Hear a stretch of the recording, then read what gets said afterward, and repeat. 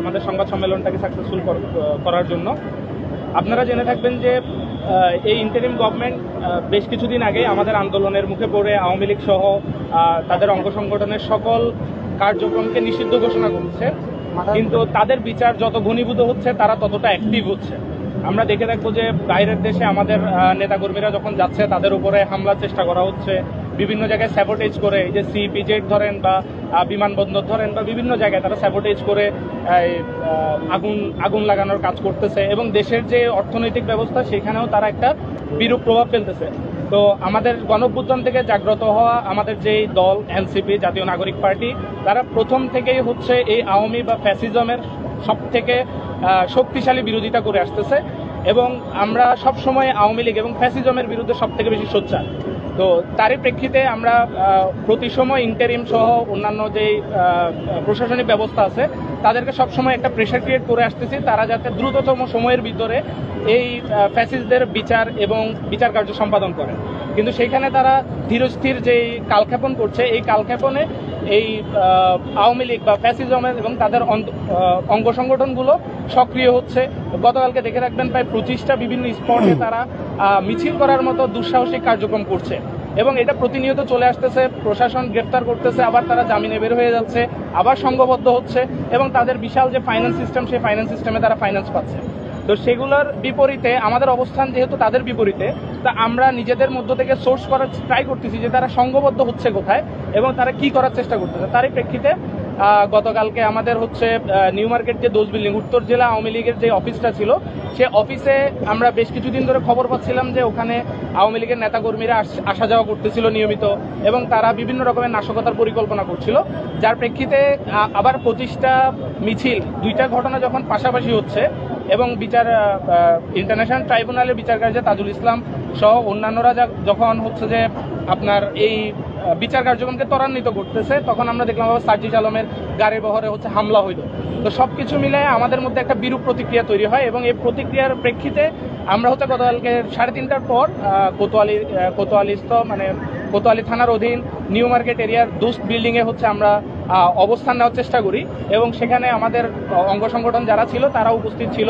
বৈষম্য বিরোধী ছাত্র আন্দোলন থেকে শুরু করে জুলাইয়ের যে মেইন স্টেক হোল্ডার বা যারা প্রধান শক্তি তারা সকলে উপস্থিত ছিল এবং আমরা সেখানে গিয়ে দেখতে পারি মানে তাদের অবস্থানের সকল প্রমাণ সেখানে বিদ্যমান ছিল। অর্থাৎ হচ্ছে ওরা যে পানির বোতল থেকে শুরু করে বিভিন্ন জিনিস যেগুলা দেখে বোঝা যাচ্ছে, আলামত দেখে বোঝা যাচ্ছে যে তারা এখানে নিয়মিত আসা যাওয়া করতেছে। তো এগুলা দেখে ওগুলোর প্রেক্ষিতে আমরা গতকালকে সেখানে অবস্থান করি এবং এই অবস্থানের প্রেক্ষিতে আমরা আজকে একটা সংবাদ সম্মেলন, আমরা দেখলাম যে মিডিয়া সহ বিভিন্ন জায়গায় নানাবিধ হচ্ছে ইনফরমেশন তারা প্রচার করতেছে, যেগুলা কিছুটা হচ্ছে যে আপনার মিসলিডিং বা ইনফরমেশন না জানার কারণে। তা আমরা চাইতেছি যে আমাদের যে বক্তব্য সেটা মিডিয়ার সামনে সহ দেশবাসীর সামনে উপস্থাপন করার জন্য। তো সবকিছুর প্রেক্ষিতে আমরা এখানে একটা লিখিত বিবৃতি নিয়ে আসছি আপনাদের সামনে।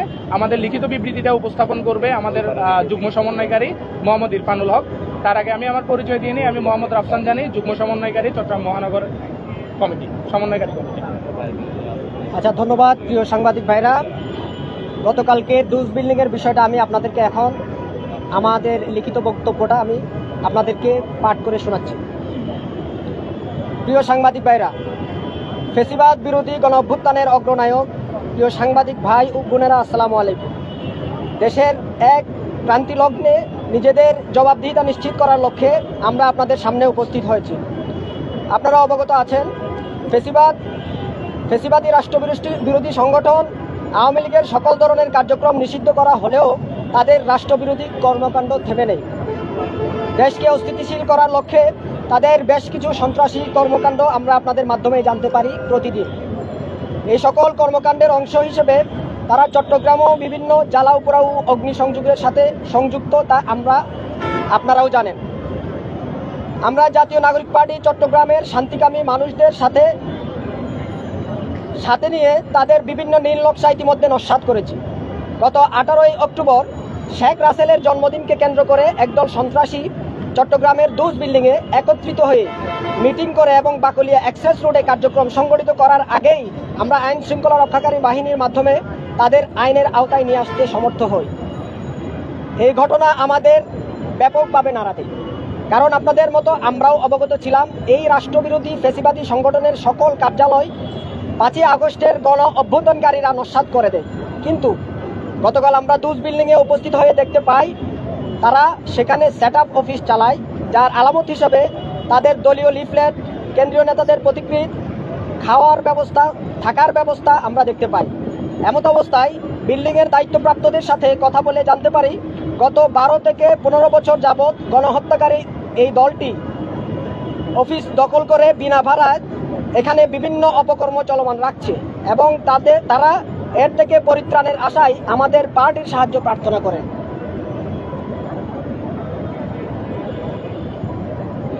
আমরা জাতীয় নাগরিক পার্টি দৃঢ়ভাবে ঘোষণা দিতে চাই, আমাদের শরীরে এক বিন্দু রক্ত থাকা পর্যন্ত বাংলাদেশে আর ফ্যাসিবাদী সংগঠনের উত্থান ঘটতে দিব না।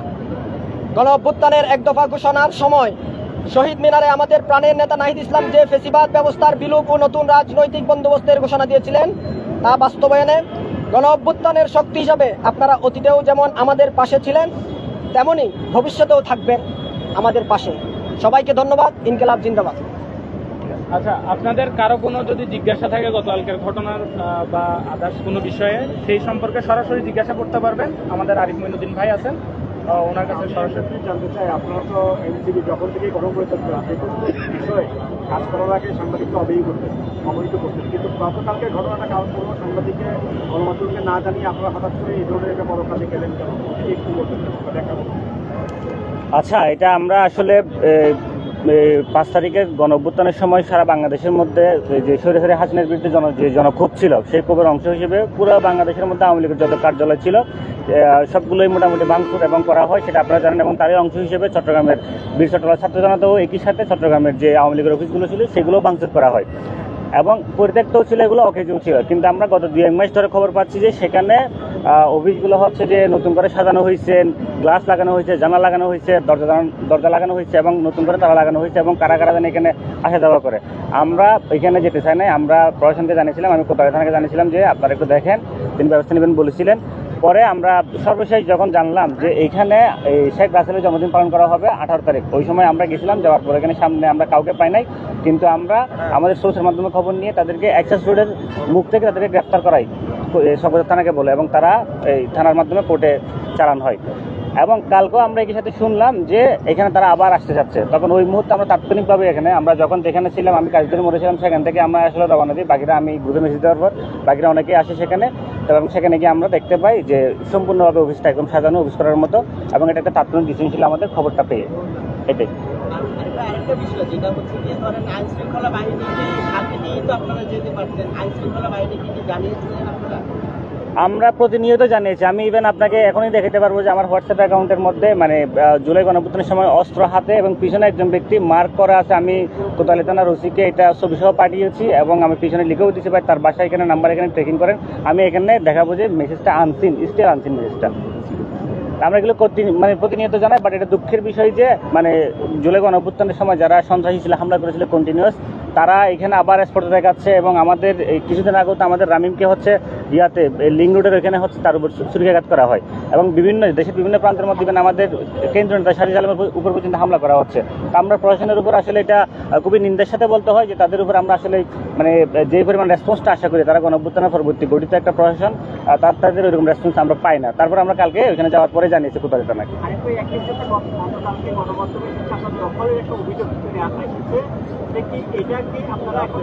আচ্ছা,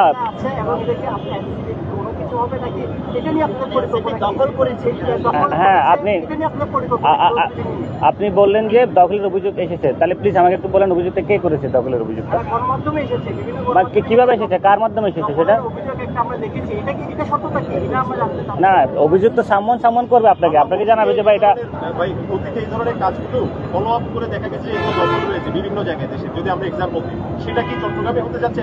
মানে দখল হয়েছে, আমরা এটা আসলে ওখানে যাওয়ার পর আমরা গেছি মূলত তাদের যে সেট আপ সেটা মানে ভাঙচুর করে দিতে। সেখানে আমাদের মেসেজটা পাওয়ার পর ছাত্র জনতা সেখানে এসে উপস্থিত হয় এবং আপনারা জানেন যে বিচার প্রক্রিয়াগুলো যেভাবে আগাচ্ছে, আসলে ছাত্র জনতার যে ক্ষোভটা সেটা এখনো পর্যন্ত আছে সবার মধ্যে। এবং সেখানে শেখ হাসিনা শ্রদ্ধা এবং শেখ মুজিবের বঙ্গবন্ধুর মুরাল দেখার পরে এবং বঙ্গবন্ধু অবশ্যই স্বাধীনতার একজন অন্যতম স্থপতি, কিন্তু সেখানে আপনি দেখেন গত 16 বছরে শেখ মুজিবকে যেভাবে শেখ হাসিনা একটা অস্ত্র হিসেবে ইউজ করা হয়েছে, যখন মানুষের মুখ চেপে ধরা হয় সেখানে বঙ্গবন্ধুকে ইউজ করা হয়েছে, মুক্তিযুদ্ধের চেতনাকে ইউজ করা হয়েছে, জুলুমের সময় মুক্তিযুদ্ধকে ইউজ করা হয়েছে, শেখ মুজিবকে ইউজ করা হয়েছে, ফলে মানুষের ক্ষোভটা এখনো পর্যন্ত আছে। তো সেখানে ছাত্র জনতা সেখানে এটা মোরালটা ভাঙচুর করে, এবং এরপরে হচ্ছে যে আমাদের উপর যেই পরিমাণ হুমকি আসতে থাকে, যে এই আওয়ামী লীগ বিভিন্ন পেজ থেকে পোস্ট করা শুরু করে যে সবাই আসো এখানে যাও, ওদেরকে ধরো মারো এই সেই, তখনই আমরা সেখানে আমাদের অবস্থান ঘোষণা করছি। আমরা আসলে দখল কিচ্ছু করি নাই, ওই নেতা আমাদের ছিল না, নাইও। এবং এখনো পর্যন্ত আমার ফোনে যেভাবে কল দিয়ে এবং বিভিন্ন ধরনের ফেক মিডিয়ায়, রিয়েল মিডিয়ায় আওয়ামী লীগের যে ছাত্রলীগের যে কেন্দ্রের পেজ, সেখানে যেভাবে আহ্বান করা হচ্ছে আওয়ামী লীগের সন্ত্রাসীদেরকে যে আপনারা এখানে যান, গিয়ে এখানে এদেরকে দেখিয়ে দেন আপনারা কারা। আমরা এখানে অবস্থান ঘোষণা করলাম যে আমরা দেখিয়ে দিব যে আমরা কারা, এবং আমরা সেটা একদম পুলিশ প্রশাসন পর্যন্ত সব জায়গায় জানিয়েছি। এবং আমরা এটাও বলেছি যে একটা তাৎক্ষণিক গাড়ি এখানে একটা রাখতে, যে আমরা দেখে নিতে চাই যে আওয়ামী লীগ কীভাবে এখানে অভ্যুত্থানের যে গণহত্যার যে তারা যে দায়ী, সেটার বিচার সম্পন্ন হওয়ার আগ পর্যন্ত তারা কীভাবে এবং নিষিদ্ধ থাকা সত্ত্বেও তারা কীভাবে এখানে কার্যক্রম পরিচালনা করে, আমরা এটা দেখে নিই। এখন আপনাদের অবস্থান আছে কিনা ওখানে? অবশ্যই আছে, অবস্থান আছে।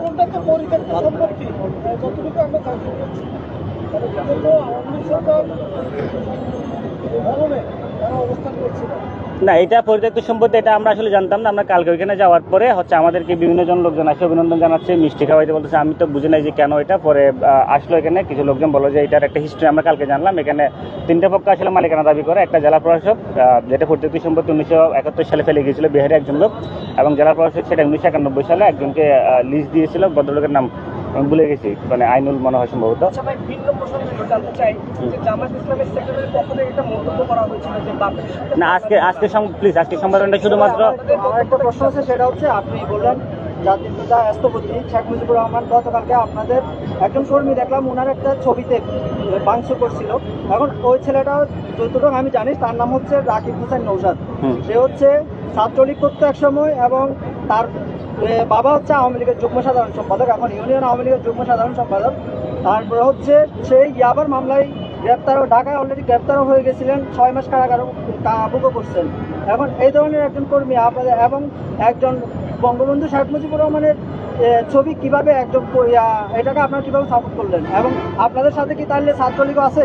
না, সেটা কি আপনি 5 তারিখ সাপোর্ট করেন না? মানে 5 তারিখ যে শেখ মুজিবের মুরালগুলো বাংলাদেশ থেকে যেভাবে বাংলাদেশের বিক্ষুব্ধ ছাত্র জনতা যেভাবে টেনে হিস্ট্রি নামে ফেলছিল, সেটা কি আপনারা সমর্থন করেন নাই? তাহলে ওরকম কিছু, যেহেতু শেখ মুজিবকে শেখ হাসিনাই, শেখ মুজিবকে হত্যা করেছে শেখ হাসিনা। শেখ মুজিব যে ফিজিক্যাল ডেথ ছিল 1975 সালে 15 আগস্ট, তারপরে তো শেখ মুজিবের যে ভাবমূর্তি ছিল বাংলাদেশের স্বাধীনতায় তার অনবদ্য অবদান হিসেবে, সেটাকে ইউজ করে শেখ হাসিনা যেভাবে পুরো বাংলাদেশের মানুষের উপর জুলুম চালিয়েছে, শুধু আপনাকে যদি আমি একটা যন্ত্র শো করে এটা দিয়ে নির্যাতন করি, আপনার তো খুব ওই যন্ত্র উপরে আসবে।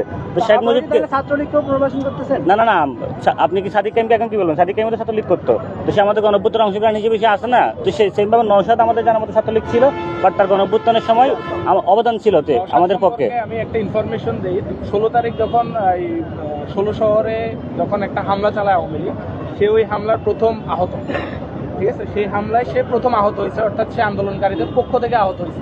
তার ওগুলোর ভিডিও ফুটেজ আছে, ওর টাইম লাইনে গেলেই পাবে। তাহলে আওয়ামী লীগ যারা করতো তারাও কিন্তু বিপুল পরিমাণে আমাদের সাথে আন্দোলনের সাথে সম্পৃক্ত হয়েছে, এবং আন্দোলন পরবর্তী সময় এখন আমাদের সাথে অ্যাক্টিভ আছে।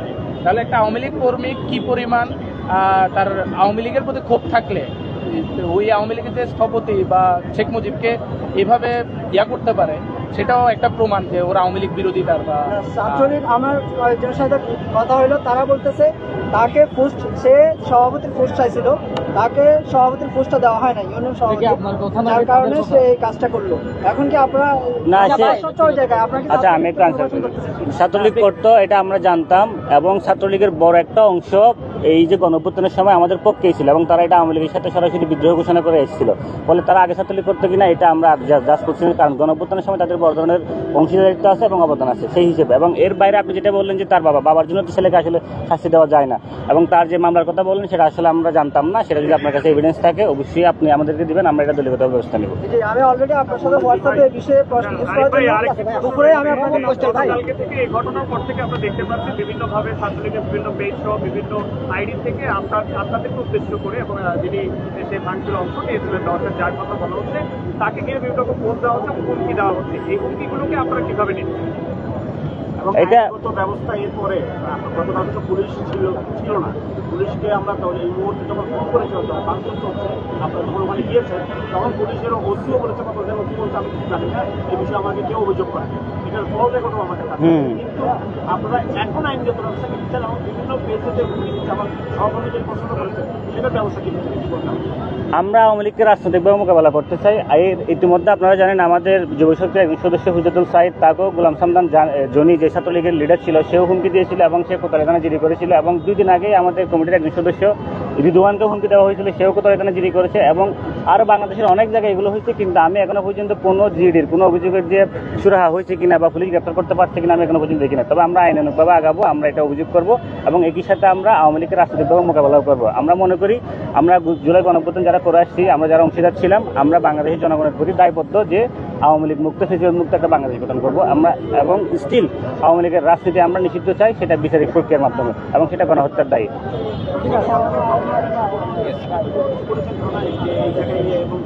না না না এখনো করি নাই, বাট আমরা অফিসিয়ালি যা জানানোর কিন্তু আমরা ইতিমধ্যে জানিয়ে দিয়েছি।